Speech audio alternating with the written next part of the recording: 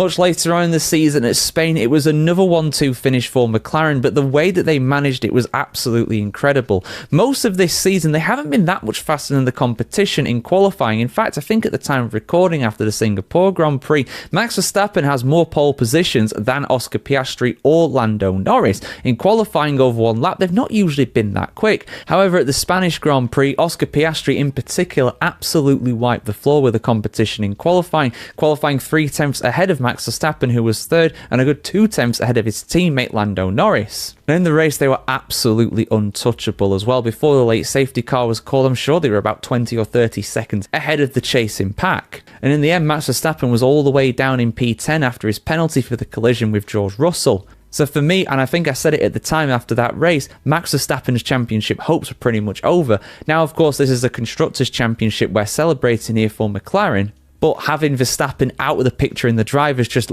alleviated some of the pressure on them. Next, let's talk about the British Grand Prix. McLaren's home race, Lando Norris's home race, and it was another 1-2 victory for the team.